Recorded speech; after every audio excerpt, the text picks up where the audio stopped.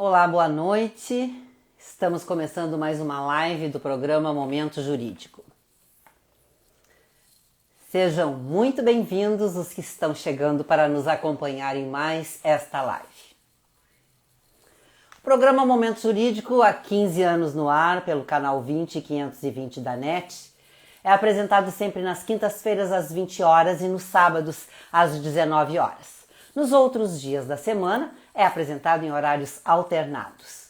Estamos também nas redes sociais, Facebook, Instagram e YouTube. Acesse o nosso site www.momentojuridico.com. Notícias pontuais do direito, justiça, Estado, comentários e também os vídeos mais recentes da nossa programação. Logo após o término desta live, o vídeo estará disponível no IGTV do @programa MJ. Na live de hoje teremos duas convidadas muito especiais. A desembargadora aposentada Maria Berenice Dias e a psicóloga jurídica doutora Luciana Generali Barni, comentarista exclusiva do programa Momento Jurídico.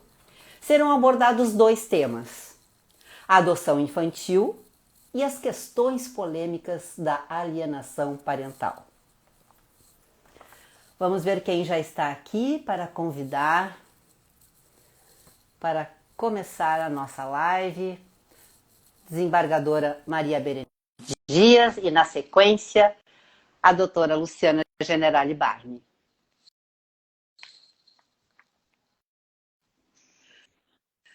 Muito prazer recebê-la. Boa noite, desembargadora. Tudo bem? Olá, Regiane, que alegria participar contigo. Nossa, a nossa história é longa, né? É verdade. Faz um bom tempo que a gente se conhece, que a gente já conversa em eventos, entrevistas, não é? É um grande prazer recebê-la. A senhora está estreando nas nossas lives do programa Momento Jurídico. Em tempos de pandemia, é live, não é? E é cômodo, é bom, não é? Vamos agora, então, chamar a doutora Luciana Generali Barni, que vai também participar conosco, convidando a doutora Luciana.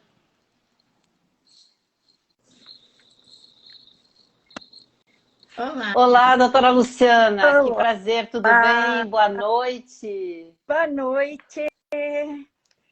Tudo Que honra bem? de estar aqui hoje. Sejam muito bem-vindas. Muito obrigada. Alegria, Maria. O programa Momento Jurídico, então, está recebendo a desembargadora aposentada Maria Berenice Dias e a psicóloga jurídica doutora Luciana Generali Barni. Desembargadora Maria Berenice Dias, desembargadora aposentada do Tribunal de Justiça do Rio Grande do Sul, pós-graduada e mestre em processo civil, vice-presidente nacional do IBDFAM e presidente da Comissão Nacional de Direito Homoafetivo e Gênero do IBDFAM. Autora de várias obras. Doutora Luciana Generali Barni, graduada em Direito, membro da Comissão Especial de Direito de Família e Sucessões da OAB-RS, membro do IBDFAM-RS, especialista em alienação parental e comentarista exclusiva do nosso programa, do programa Momento Jurídico. Então, serão abordados dois temas: adoção infantil e as questões polêmicas da alienação parental. Dois assuntos que parecem distantes, não é, desembargadora? Mas são muito próximos, pois se tratam de pais e filhos, tratam de família e cabe serem abordados em conjunto. Começamos então. A senhora tem alguma coisa a falar? Pode falar, desembargadora. Não, eu acho muito significativa essa tua ideia de juntar esses temas, né? Os dois têm a ver com família, têm a ver com afeto, sabe? Tem a ver com desafetos. Então, acho que é importante, às vezes, a gente fazer que ótimo. Fora da mesmice de igual. É verdade, é verdade. Desembargadora, É dever do Estado assegurar às crianças e adolescentes o direito à convivência familiar? Qual o seu entendimento? Em primeiro lugar, nós temos assim, ó, que pensar o que é convivência familiar, né? Nós já não estamos mais dentro daquele conceito fechado, extremamente conservador, antigo e superado, que família é exclusivamente a família biológica ligada, sabe, pelos laços de consanguinidade. Não, né? O que crianças têm direito e o Estado tem a obrigação de assegurar é o direito a uma convivência de natureza familiar, mas de natureza afetiva. Né? Então, assim, ó, família não é a biológica.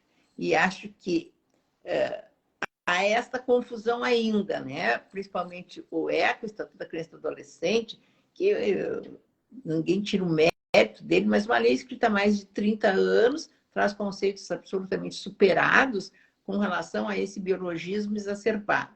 Então, em face disso, sempre que há o afastamento de crianças ou de adolescentes do convívio da sua família, né, original, por maus tratos, por negligência, ou para a mãe não ter, ou o pai, condições de cuidar e ficar com aquele filho, enfim. Mas assim, ó, aí entra a obrigação do Estado da convivência familiar. Mas assim, ó, convivência de que essa criança tem uma família. Sabe? Ok. Não necessariamente, sabe, essa verdadeira campanha sem limites de que vamos fazer ela voltar para a sua família natural. Não.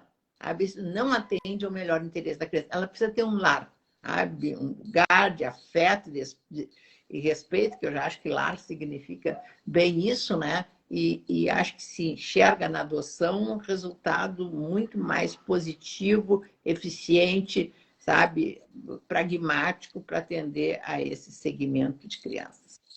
Ok. Doutora Luciana, qual o impacto do divórcio nos filhos e quando ocorre a alienação parental? Ótimo, já vou falar na sequência, só queria dizer que, doutora Maria Berenice, eu sou uma fã sua desde a época da faculdade e nós temos algo em comum, que eu fui colega da Denise na faculdade. Ai, que maravilha! Então, desde que eu entrei lá no direito, já né, teve esse vínculo. Mas, que bom. então, em falando em vínculos, né? Inclusive, a doutora Maria Berenice tem muitos textos sobre esse tema, excelentes. Então, o divórcio em si, ele não gera necessariamente prejuízos emocionais aos filhos. As pessoas têm muito essa ideia e, infelizmente, isso faz com que alguns casais permaneçam em um casamento que já não é mais saudável, visando preservar os filhos do divórcio. E isso acaba sendo muito mais prejudicial do ponto de vista emocional para os filhos. Felizmente, né, doutora Maria Berenice, esse preconceito que havia em relação ao divórcio foi se quebrando e hoje em dia nós temos o divórcio como uma decisão, né, aceita e inclusive incentivada em determinadas situações, né, em que nós temos doença aí no relacionamento. Então, o principal ponto que vai impactar no resultado de adoecimento mental dos filhos é, primeiro, o quanto vai haver ruptura destes afetos, destes vínculos, porque o divórcio ele deveria separar o casal, mas jamais os pais dos filhos. Então, esse eu acho que é a grande questão no divórcio com filhos, especialmente crianças e adolescentes também. Os pais saberem que mesmo aquele ex-cônjuge, por qualquer motivo, tendo deixado de ser aquela pessoa que eu escolhi, que, né, para casar um dia, que ele segue sendo pai e a mãe do meu filho.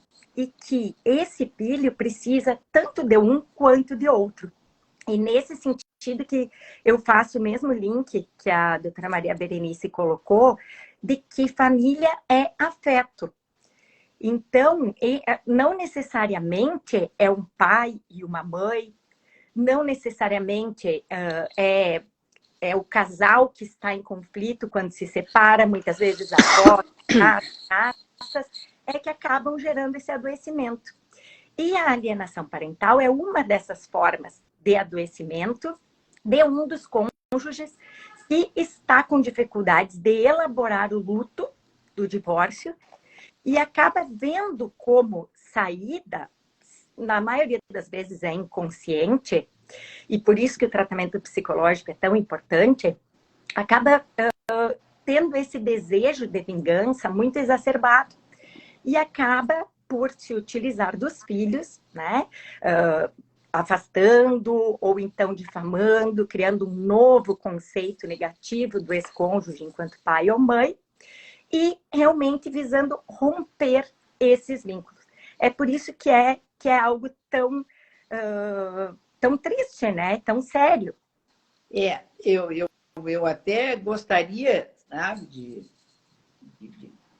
chamar atenção para um aspecto que eu acho importante, é essa sacralização absolutamente desmesurada da maternidade, né? Parece assim, os filhos são de propriedade da mãe, sabe? A mãe que pariu, mãe que embalou, sabe? Mãe que dobra do coração, mãe padece em paraíso, enfim. Então, assim, ó, quando acontece um rompimento, quando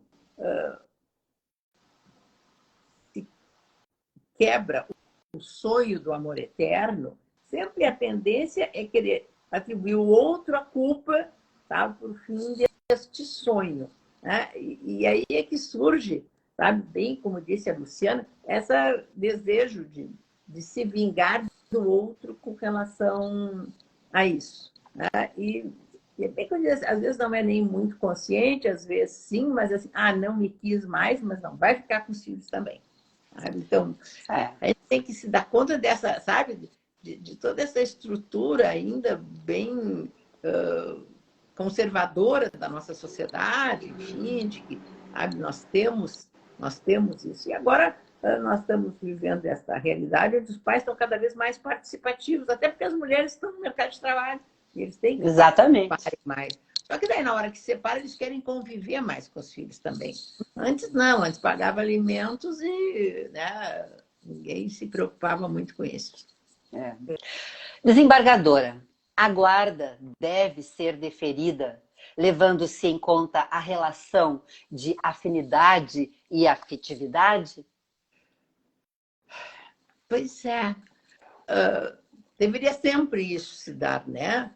Tanto no divórcio, se vai ficar com um ou com o outro, e não ficar sempre com a mãe, só tirando da mãe, assim, ó, quando ficar comprovado que ela é um horror, né? E também nessas situações onde as crianças são afastadas, né, pelo Estado dos pais. Então, assim, ó, se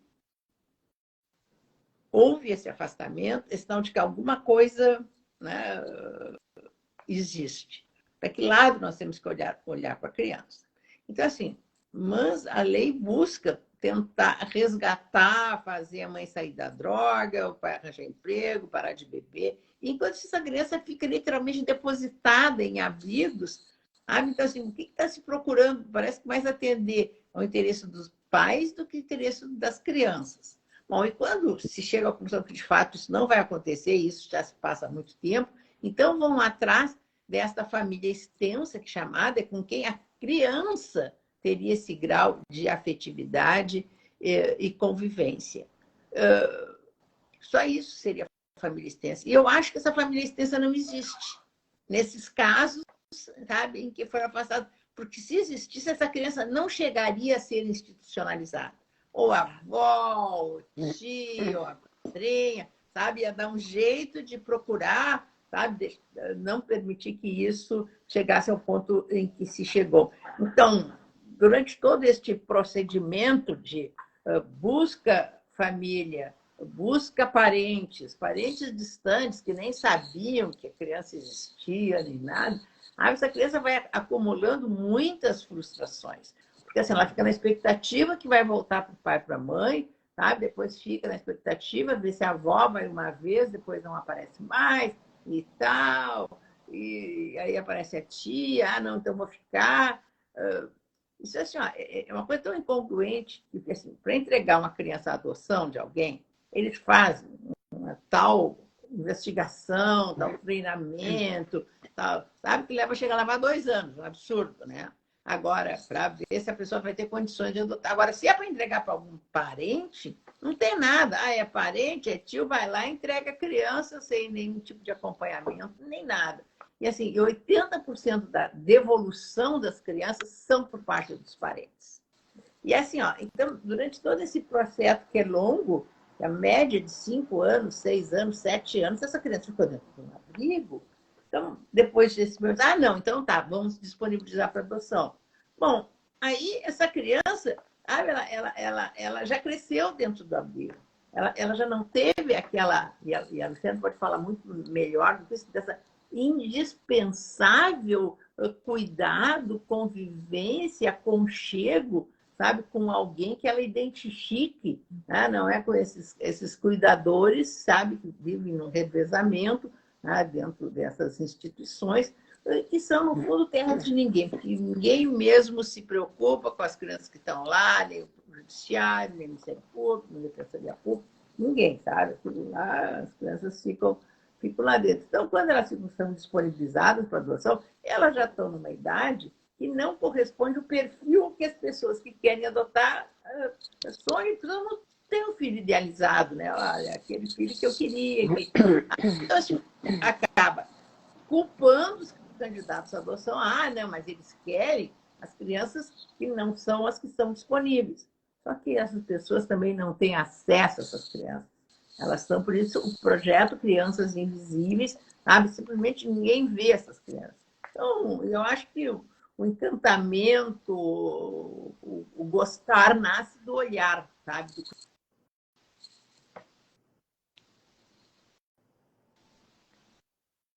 Falhou o seu som. Tá. Voltou. Aí, no meu entendimento... Agora voltou o seu som, desembargadora. Saiu e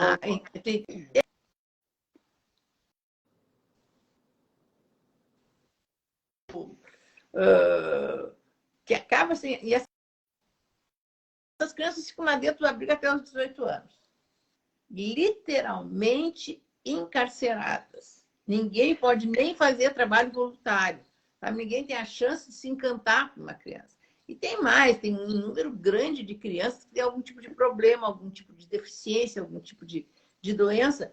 Olha, claro que o filho idealizado não é isso. Sabe? Mas como é que uma criança, sabe, vai ser adotada, a não ser quando alguém chega, conhece, se encanta por ela e resolve adotar. Eu queria uma menina branquinha, de olho azul, de 2 anos de idade, mas se tiver possibilidade de conhecer, vou lá, encontro um menino de 7 anos que não fala, que tem problema, isso e aquilo, mas eu me encanto com ele, sabe? E isto, a gente sabe o que acontece. Quem adota a criança com algum tipo de problema é porque se apaixonou pela criança, né? Então, mas não existe a oportunidade que isso aconteça. Aí essa desgraça que é no Brasil. Aí é que entra a perícia psicológica, não é, doutora Luciana? Sim. Pois é. Quais os recursos que utiliza e quando é solicitada? Sim. Em relação à adoção, especificamente, tem toda uma avaliação, como a doutora Maria Berenice colocou, que às vezes atravanca o processo, né, e acaba levando à desistência, né? E essa avaliação que acontece na adoção, eu nunca acompanhei na minha prática, mas ela é muito falha. na medida em que, mesmo passando por todas essas avaliações que os casais passam, existem as devoluções, né? Então, em tese, essa avaliação seria para minimizar a chance de não dar certo a adoção. Mas sabe por que que devolve, Luciano? Porque passa muito tempo. Tu entende? Assim, as pessoas têm um momento, um time que ou não pode ter filhos, ou não vou ter filhos, vou adotar. Então, vai lá, vai se habilitar, leva um tempo, um processo de habilitação, aí fica naquela expectativa, às vezes arruma quarto e tudo e tal, e passa o tempo, e passa o tempo, e passa o tempo, e ninguém chama, eu não tenho. Tu entende assim? Isso às vezes muda. Depois de 7 anos, sabe? Tu às vezes já mudou o teu foco de vida, sabe? Tu já foi fazer uma faculdade, tu já pegou cachorro, tu te mudou, tu te separaste e tal. Tu entendesse assim, ó? Existe isso. Então, às vezes o que acontece é isso. E eu acho que as devoluções acontecem muito mais porque as adoções são impostas. Então, a pessoa está em casa e um dia recebe um telefonema dizendo assim, olha, lá no Piauí tem uma criança que corresponde ao perfil que tu tinhas escolhido. Tu pega e vai lá, é aquele, sabe? Nem sempre existe aquela, sabe, aquela química, sabe? É que nem quando a gente, né, tem algum encontro às escuras e tal, a coisa não funciona. É muito raro que dê certo, muito né? Raro, eu ainda estou vendo que isso acontece. Sabe? Então, assim, esses entraves que acabam levando a isso. É verdade, muito bem colocado. Mas a área que eu atuo, que é a alienação parental, né, os processos de divórcio, aí a perícia psicológica é muito importante. Por quê? A alienação parental, nós sabemos que é um fenômeno muito complexo e que, para ser avaliado, identificado com mais segurança, ele precisa de um conhecimento que vai além do jurídico.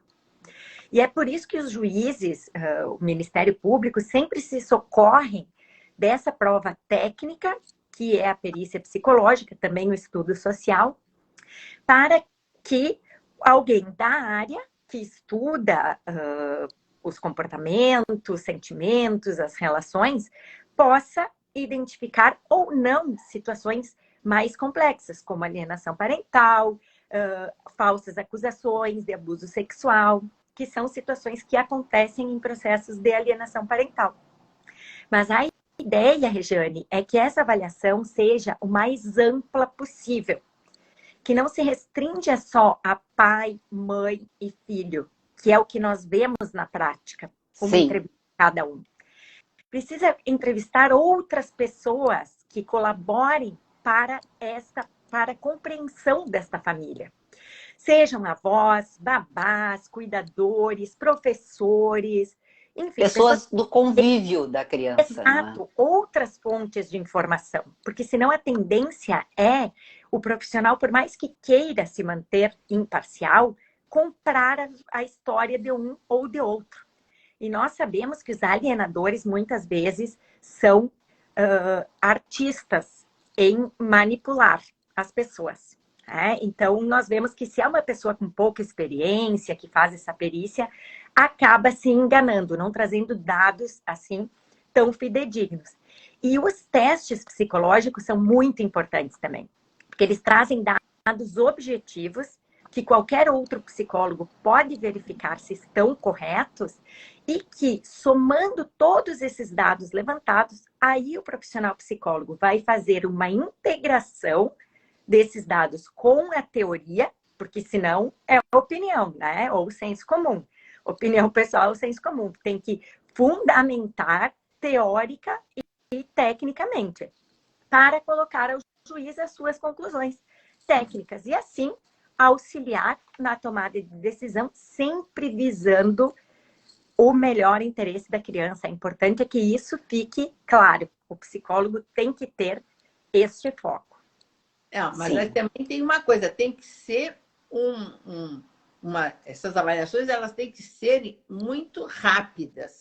Tem que ser logo no começo, sabe? Aonde principalmente quando há esta acusação de abuso sexual, sabe? Se passa muito tempo, a criança acaba, sabe, não repetindo de uma maneira tão automática aquilo que lhe foi informado que ela tinha que dizer, enfim, que fica mais difícil se detectar depois de um tempo se aquilo aconteceu ou não, até porque assim, chega uma hora que ela cansa de repetir. E, aliás, assim, nós temos algo que eu acho que é um orgulho para o nosso Rio Grande do Sul, que começou aqui, agora é lei federal, que é o depoimento especial, ou seja, crianças e adolescentes nessas situações mais vulneráveis, elas têm que ser ouvidas uma única vez por uma pessoa especializada, um técnico, num ambiente lúdico, sabe? Onde a pessoa fica com um ponto, né? Os juízes e as partes, advogados fazem perguntas por ali e ela, conversando com a criança, sabe, colhe este depoimento da criança. Eu não sei o que tu acha, Luciana, mas eu acho um meio muito rico, uma prova muito rica que se tem com isso. Houve uma grande resistência da adoção com relação a essa técnica, mas eu acho que ela é muito, muito preciosa. No levantamento que foi feito, eu vi que ela é usada com muito pouca frequência em casos de alienação parental. Quando eu acho que, sabe, que não é só quando a criança criminais de abuso sexual, é a grande maioria, enfim, mas acho que está se deixando passar por isso.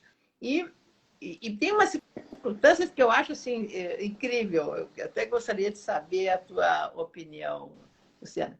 É que, bom, em primeiro lugar, o Estado, em geral, ele não tem este quadro de profissionais para fazer essas avaliações. Não tem.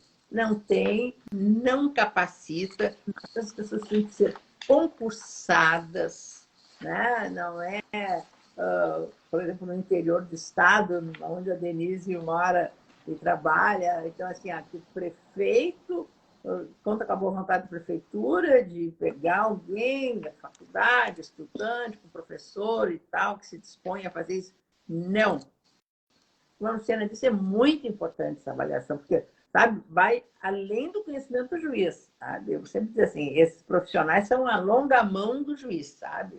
Auxiliam o juiz a decidir. Então, nós temos essa pouca qualificação. E o que me atrapalha muito é, por exemplo, quantos os pais moram em cidades separadas. Gente, então, um profissional faz avaliação, sabe, com a mãe que mora numa cidade e tal, apresenta um laudo, e outro profissional faz essa avaliação com o pai e outro. Esses dois laudos não juntam. Quando tinha que ser, no mínimo, o mesmo profissional, para poder ter uma visão geral.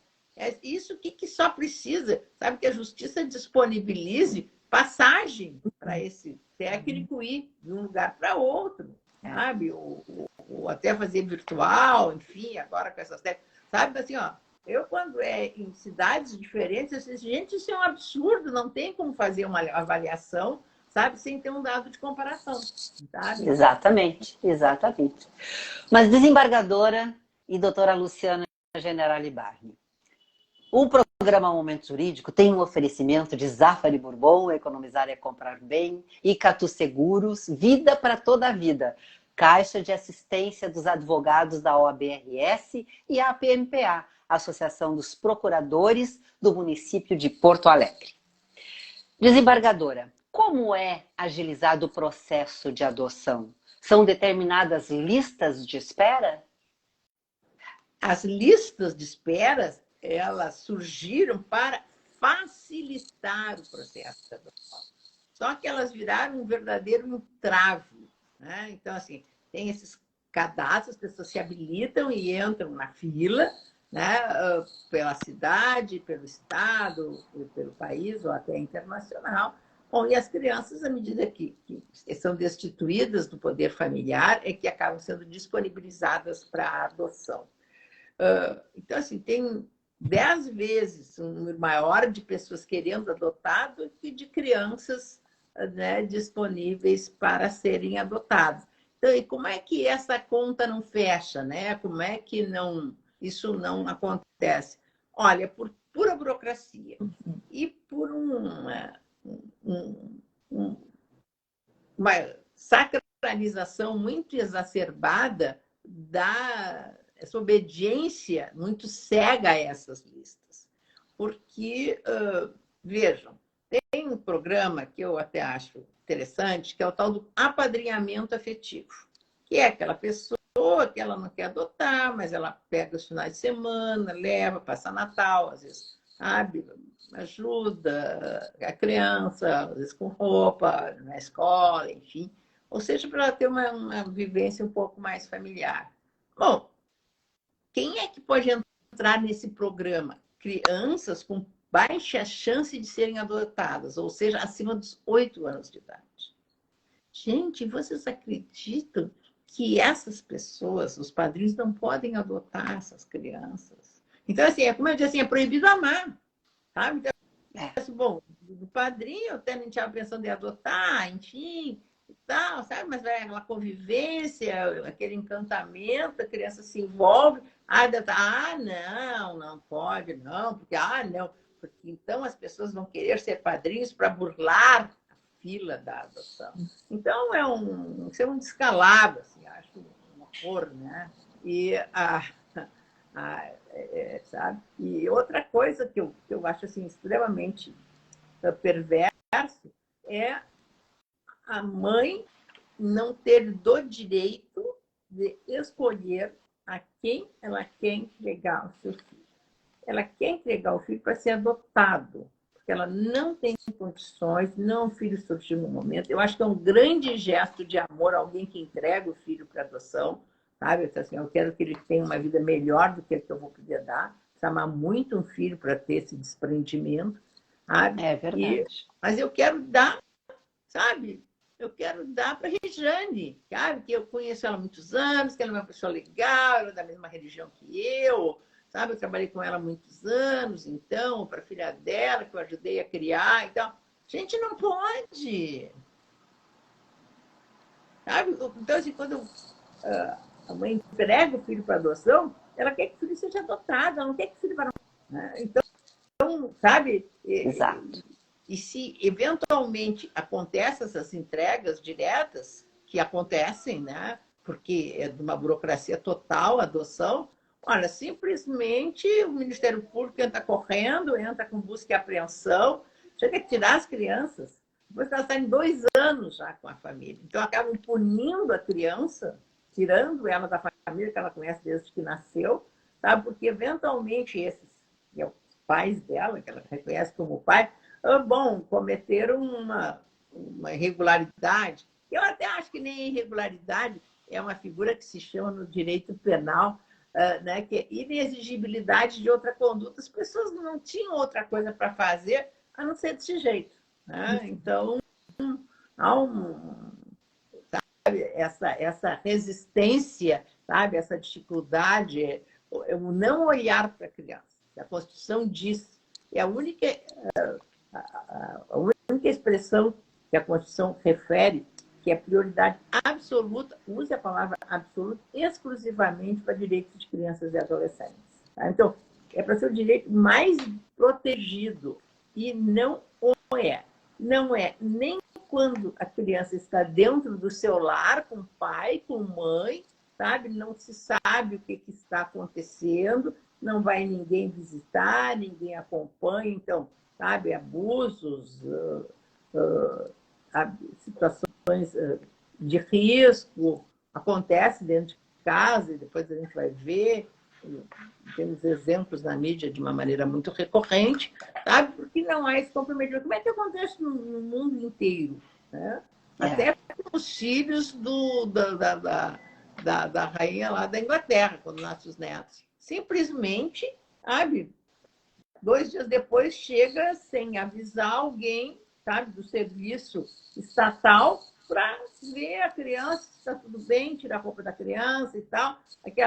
5 dias aparece outra pessoa, sabe? Periodicamente, essa criança é isso, fala com as pessoas.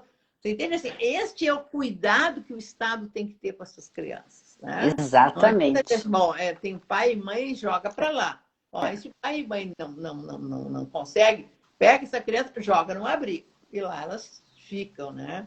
E mesmo nessa situação de alienação parental, também há uma falta de participação mais efetiva do Estado, né? De um acompanhamento mais de perto. Acho que, por exemplo, todos os divórcios deveria ser determinado, sabe, necessariamente um acompanhamento por algum tempo, pais da mãe, né, para bem, sabe, saírem desse vínculo, dessa relação afetiva, sem afetar o relacionamento com os filhos. Isso só prejudica a filha.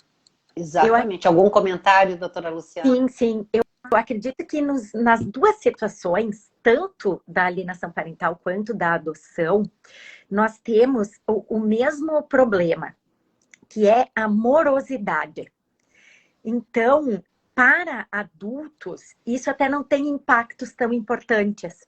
Mas para crianças, vamos pegar, né, tanto em um caso quanto em outro. Na adoção, a doutora Maria Berenice já trouxe aí uma criança que chegou bebê num abrigo e aos 8 anos talvez tenha uma família. Na alienação parental, às vezes os processos que têm por lei tramitação prioritária, eles demoram tanto que a criança chega à maioridade e nada foi feito. Então, a alienação parental é um fenômeno que só evolui em intensidade e gravidade dos prejuízos emocionais com o tempo. Nós sempre dizemos, né, que o tempo é o maior aliado do alienador. Então, o judiciário tem que ser mais célere e mais duro também com esses pais e mães alienadores, porque é só assim que vão efetivamente proteger essas crianças e adolescentes. Exatamente. Porque assim, ó, existem situações, a Luciana já deve ter visto isso de uma maneira muito recorrente, sabe? Então, quando há essa animosidade entre os pais e esse desejo de vingança que acaba fazendo o filho quase bucha de canhão e tal, assim, o que quer? Quer se vingar do pai, não quer que veja o filho. Como é que faz isso? Sabe? Tem várias práticas alienadoras, né? Diz que o filho está doente, que não vai, olha, não, teu pai que não veio te buscar, olha ali, ele está com namorada nova, sabe? Ele não gosta de ti, ele foi embora, porque não gosta de ti, sabe? Mas assim, ó, tem um que é a bala de prata, que é atribuir a falsa prática de abuso sexual. E existem profissionais, e a Luciana sabe disso, né, que acabam fornecendo laudos absolutamente unilaterais. Então, chega uma mãe no consultório e diz, olha, minha filha disse que quando foi na casa do pai, o pai foi dar banho e tal, botou a mão na perereca dela, não sei o quê, não sei o quê, abuso sexual. Aí ouve a criança repete aquilo, não, fui tomar banho na casa do meu pai. Ela dá um laudo que há indícios de abuso sexual. E assim, com este laudo, essa mãe vai num advogado, não, e a psicóloga não tem o cuidado de chamar o pai. Exato. Vamos ver, cara, tem isso aí. Acho que essa é a obrigação. Se ele não for, olha, até chamei, ele não veio. Ou se unilateral não consigo dar ou não posso afirmar isso. E assim, então, de posse desse laudo, vai procurar um advogado, o que o advogado faz? Né? Olha aqui para a criança um indício de abuso sexual, bom, vou pedir que suspenda a convivência. E o que faz o juiz quando recebe um processo que, sabe, vem um laudo assinado por uma profissional dizendo que essa criança tem indícios de abuso sexual, ele suspende a convivência. E aí é que entra o problema da demora que a Luciana está falando. Exatamente. Fica sem convivência e este processo vai. E vai. Enquanto assim, a criança continua, sabe, só sobre a influência de um, sabe, com aquele alienador. E assim, ó, sem, às vezes, e eu até falo às mães, porque é com quem as crianças normalmente ficam, né? E é uma prática mais recorrente, sabe? Se darem conta que tanto o abuso quanto a falsa alegação de abuso é tão perniciosa, causa tanto mal para a criança, como se o abuso tivesse acontecido. Essa criança sofre igual, porque ela passa a vida acreditando que foi abusada. E assim, se um dia ela se dá conta, o dia que vai fazer um tratamento e tal, que não der, o sentimento é pior. Bem pior. Porque assim, ela fica com muita raiva daquela mãe, sabe, que mentiu para ela, e com pena do pai que não fez nada e ela teve privado da sua convivência. Sabe assim, ó. Mas isso é tão horrível, sabe, que nós temos uma lei maravilhosa, sabe, que se precisa de algum ajuste, está bem, mas é muito pouca coisa, sabe, que chama a atenção, porque essa é uma realidade que sempre existiu, ao menos agora tem lei. Bom, estão querendo revogar a lei, sabe, dizendo que a lei estimula a pedofilia. Não, tá? Porque quando raramente os juízes pegam o filho e transferem a guarda para o outro, quando fica muito comprovado que essas denúncias foram falsas, os juízes mantêm a convivência ainda, sabe? Ninguém suspende a convivência. E a alegação desse discurso que anda por aí, sabe? Não, está com o abusador e eu nunca mais vi o meu filho. Eu sempre disse, me mande a sentença onde o juiz diz que não pode. Nunca vi, né, uma sentença dessa, nunca ninguém... Mas existe uma campanha muito acirrada nesse sentido. Eu acho que é um movimento que precisa ser feito assim, de uma maneira muito significativa, ainda mais assim, ó, esse programa, que sabe que tem a participação da Ordem dos Advogados. Acho que esse é um compromisso muito grande, porque assim, ó, revogando a lei, a alienação parental não vai desaparecer, né? E os juízes não vão deixar de punir, né?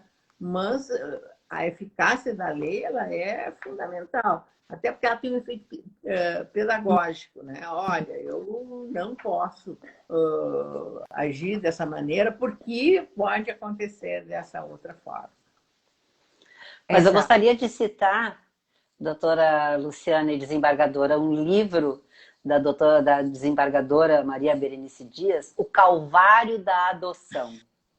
Devemos considerar que quem pariu que embale? É isso? Mas existe esse conceito, né, da sociedade, né? Então, agora mesmo eu tenho um processo, né, de um menino de 6 anos que mora com a mãe e tal, ele tem uma convivência bem expressiva com o pai, quase semanal, o pai é muito presente na vida do filho.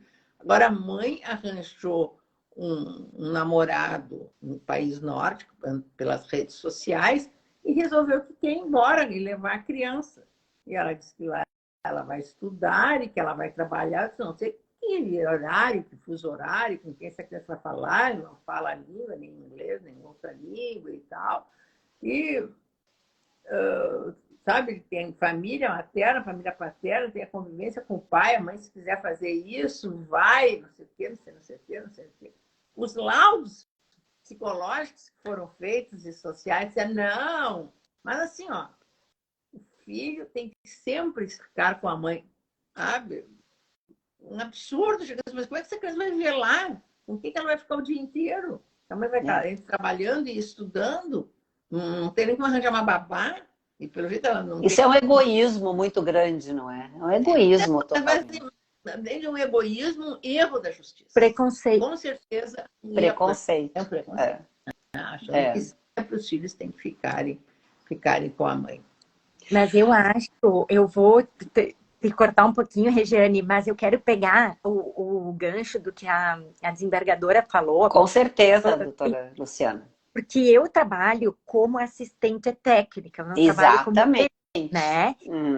Então, eu trabalho junto aos advogados exatamente para mostrar ao juiz, ao promotor, o quanto determinados documentos, sejam os laudos, os próprios laudos periciais, sejam esses laudos particulares que a desembargadora citou, o quanto eles são não são documentos psicológicos de verdade.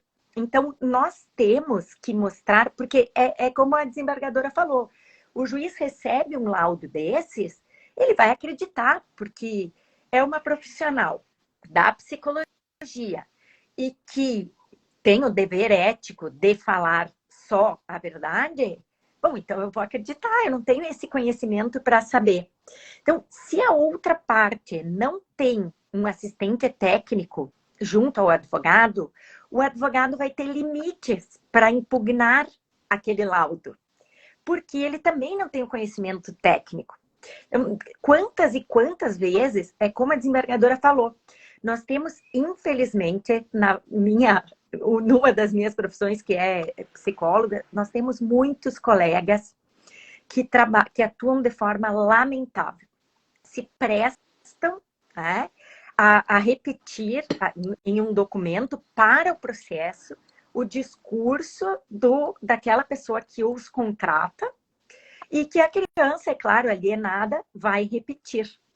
Então, quando eu estou num processo e essa situação acontece, hoje mesmo eu tive uma reunião numa situação assim. Então, eu tenho que pegar e mostrar por que aquele laudo tem essas falhas. Como eu vou fazer do ponto de vista técnico também, isso vai ficar mais claro e vai ter maior credibilidade, porque vai ter ali as resoluções da psicologia, todas as questões dos documentos, enfim, o quanto o psicólogo não pode fazer determinadas afirmações, porque às vezes vem laudos, né, desembargadora, que dizem esta criança está sofrendo abuso por parte do padrasto ainda, né? Então, isso um psicólogo não pode afirmar, só se ele estivesse lá testemunhando. Então, nós vemos realmente por falta de preparo, como a desembargadora falou, os peritos não têm nenhuma exigência de qualificação para atuarem.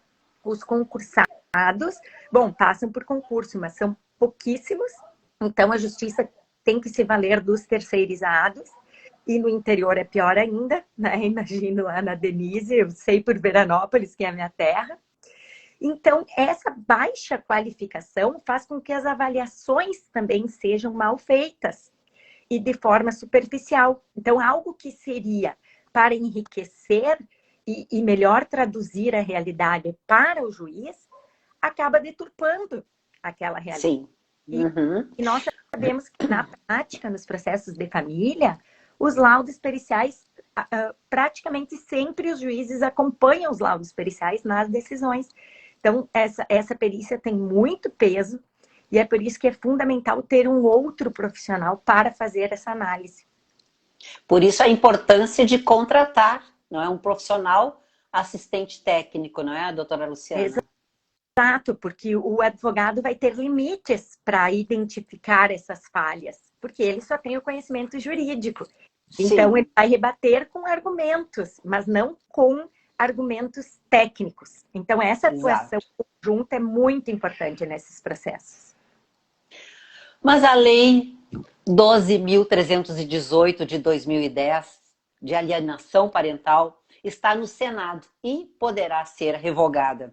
Qual a avaliação de vocês sobre este tema tão polêmico? A lei fica? Contigo, Luciana. Bom, com certeza. Eu vou falar um pouquinho e depois devolvo para a desembargadora, porque ela já falou, eu acho o ponto crucial. Eu acho não, tenho certeza. Que quem está querendo revogar a lei deturpa a realidade, só que as pessoas que não são da nossa área não sabem qual é essa realidade.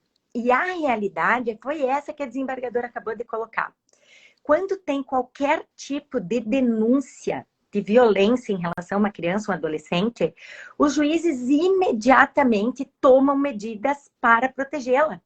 E essa medida é interromper o convívio. E por que isso é tão inadequado? Aí as pessoas dizem, é para proteger abusadores. Não.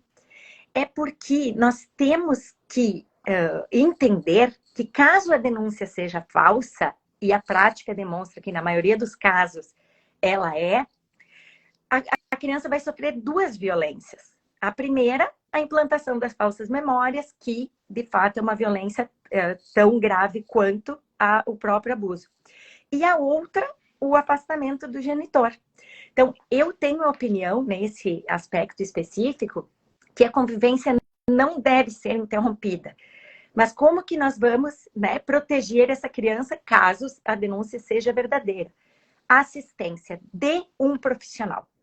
Então, o juiz designar, ou então a pessoa contratar um psicólogo para acompanhar essa convivência. Porque aí o psicólogo vai poder falar para o juiz, relatar, aí sim, o que ele está vendo, se o vínculo é positivo, se tem sintomas nessa relação de que há alguma violência.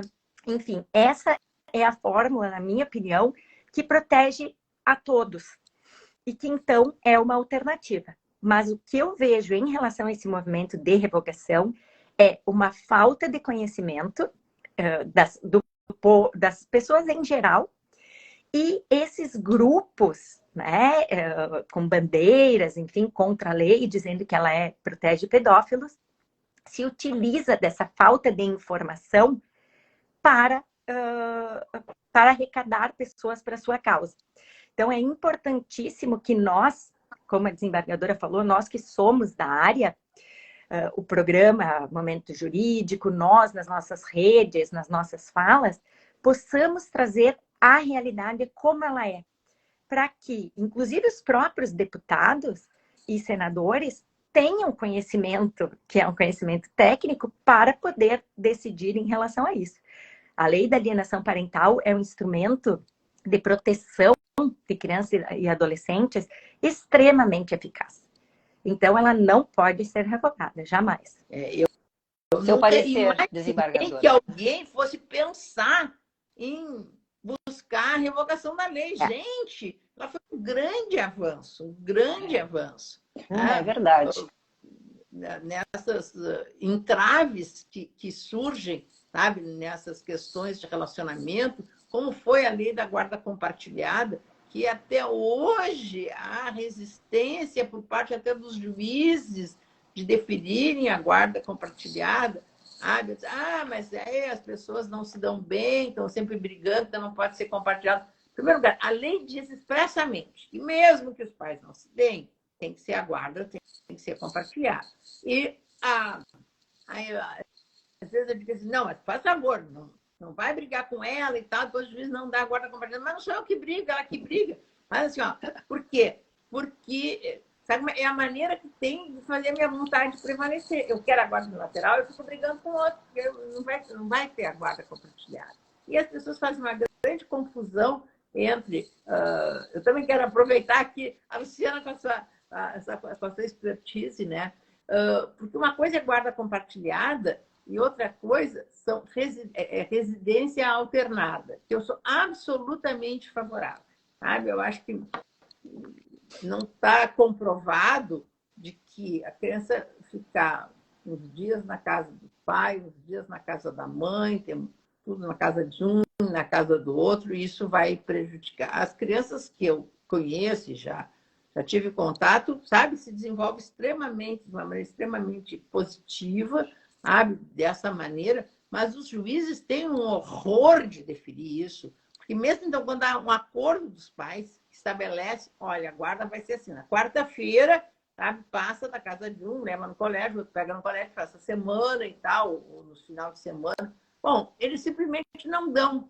Né? O Ministério Público é contra e os juízes não dão, ainda que seja, sabe, da decisão dos pais, porque senão a criança precisa ter um lar de referência. Ele não precisa ter um lar de referência, porque ele tem 2 lares. Exato. As próprias pessoas podem ter dupla residência, essa criança tem dupla residência. Só de 15 em 15 dias, no final de semana. Tudo bem, nesses dias está na residência dela junto com o pai. Exato. É o correto, é o que deveria acontecer sempre. Eu e a Luciana passamos a noite inteira. Ai, Mateus, o nosso tempo está, infelizmente, passou tão rápido. O nosso tempo está quase terminando.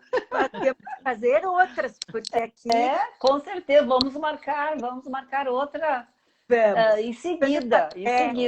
Quando eu falei que eu era fã da desembargadora é justamente por causa da forma de pensar, de toda essa literatura que, felizmente, ela produziu para a gente poder fazer a nossa formação, né? Então, é exatamente isso. Tem os juízes e as pessoas em geral se prendem a conceitos pré-determinados e às vezes, e isso volta para a adoção, às vezes a burocracia e esses quadradinhos é que acabam fazendo com que a criança sofra, fique deslocada e não se encontre a melhor solução. Porque essa situação trazida agora, de que o próprio casal conseguiu se comunicar, se organizar e proporcionar isso para o filho.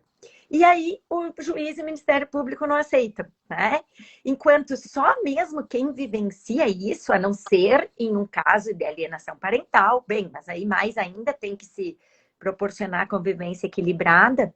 Mas isso que a desembargadora falou, precisa ter 2 lares, é exatamente isso. A criança precisa se sentir em casa, tanto com o pai quanto com a mãe.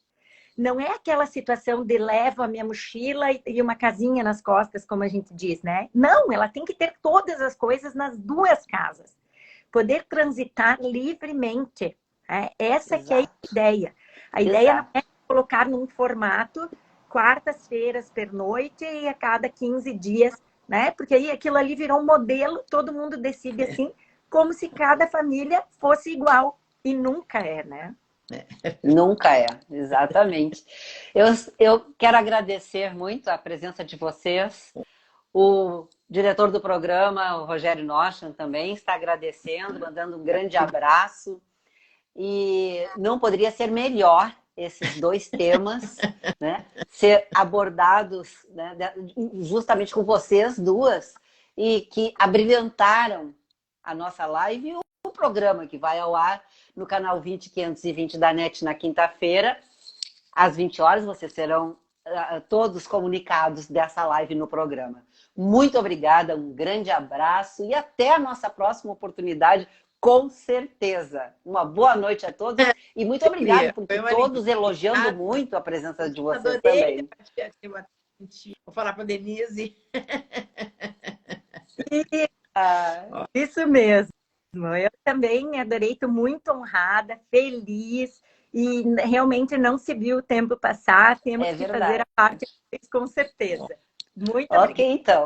Deixa eu só aproveitar esse espacinho que ainda temos, porque esses 2 temas, tanto a alienação parental quanto a questão da adoção e toda essa temática que nós discutimos, vão ser abordados no maior congresso do mundo, né? O que vai acontecer agora de 27 a 29 de outubro, vai ser virtual, já tem mais de 2.000 inscritos, sabe?